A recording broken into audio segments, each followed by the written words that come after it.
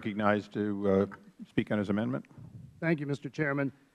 Section 409 of H.R. 2309, the substitute amendment, takes away Congress's authority to reimburse the Postal Service for costs incurred in public service, including meeting the requirements of the Uniformed and Overseas Citizens Absentee Voting Act in carrying balloting materials expeditiously and free of postage for uniformed service voters, their spouses, and dependents, as well as other eligible U.S. citizens living abroad.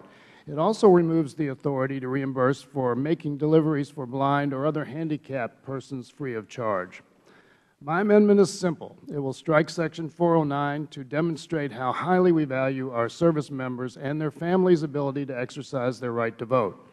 It will also demonstrate our commitment to ensuring that blind individuals and other people with disabilities are able to participate fully in society. The majority wisely decided to maintain Congress's authorization to reimburse the Postal Service for the loss in revenue from providing free mail delivery to members of the armed forces on duty in combat areas. But it chose not to preserve the ability to compensate the Postal Service for the cost of implementing the requirements of the Uniformed and Overseas Citizens Absentee Voting Act to carry balloting materials expeditiously and free of postage.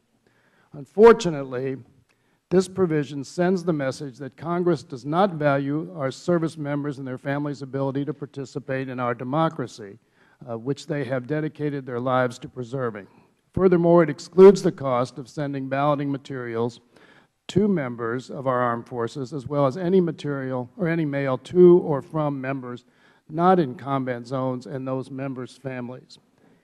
It seems to me ironic that we would, in our good judgment, require the Postal Service to help facilitate democracy, particularly with our men and women who are fighting overseas to preserve that democracy, while at the same time we're willing to subsidize American business by allowing them to send their marketing materials and other things at costs that are far below what they could generate or they could pay in any other private venture.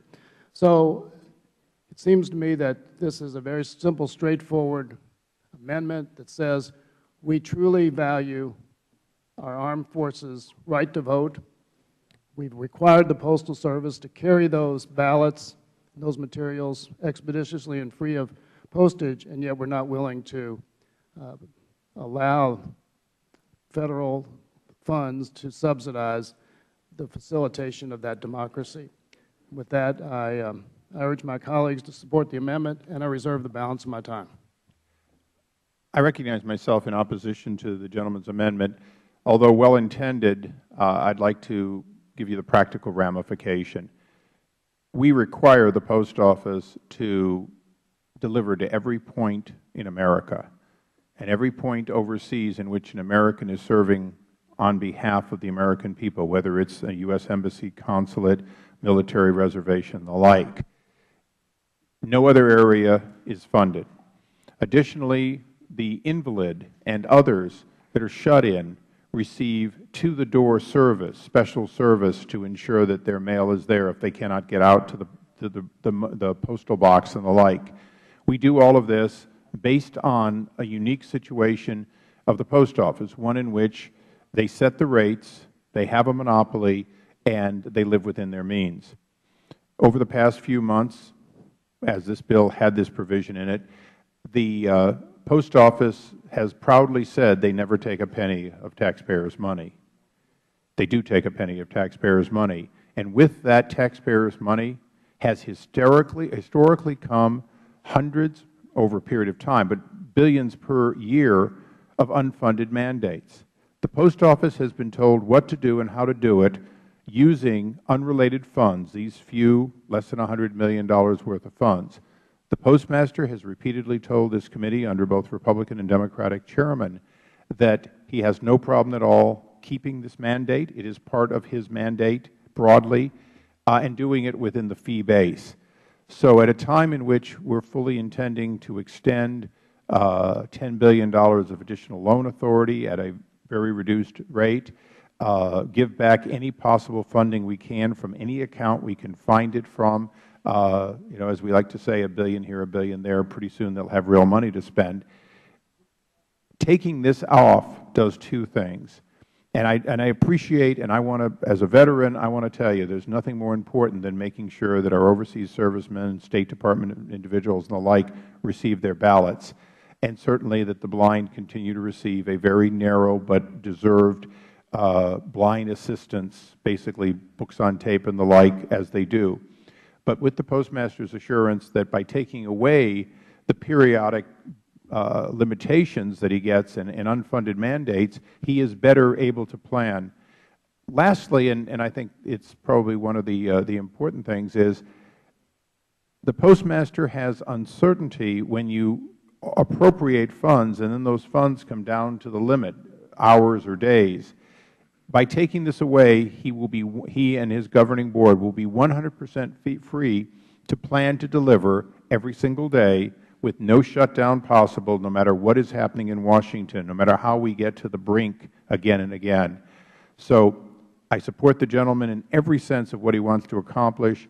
I reluctantly will oppose the amendment, but I oppose it because the Postmaster has told both Republican and Democratic chairmen of this committee that this is something that he would like to have the ability to put it in the fee, like to have the ability to run the post office, and he can do a better, cheaper job by doing it. But I would certainly ask the gentleman and would ask unanimous consent the gentleman be allowed to put such language into the bill as to state the importance of that mail, the importance of our servicing our servicemen around the world, and the expectation that that would be done. You don't have to withdraw the amendment. That's up to you. But I certainly would work together with you on a unanimous basis to find that language, to include it in the report language of the bill, because I think your principle is absolutely correct. And with that, I would yield back. The question now occurs on the amendment. All those in Chairman. Yes, Chairman, may I be heard? Of course. The gentleman's I recommendation. want to yield to the gentleman.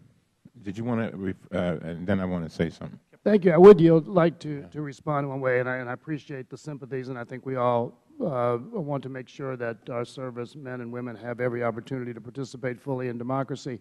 My only question is, I don't know why we would need to prohibit the Congress from being able to fund this. It seems to me that certainly retaining the flexibility to do it would make sense in case all the projections and all the good intentions of the Postal Service and the Director, if they happen to not pan out the way we had expected, that we ought to be able to at least have the ability to provide that funding if it became absolutely necessary. So with that, I appreciate the ranking member's yielding, and I yield back to him.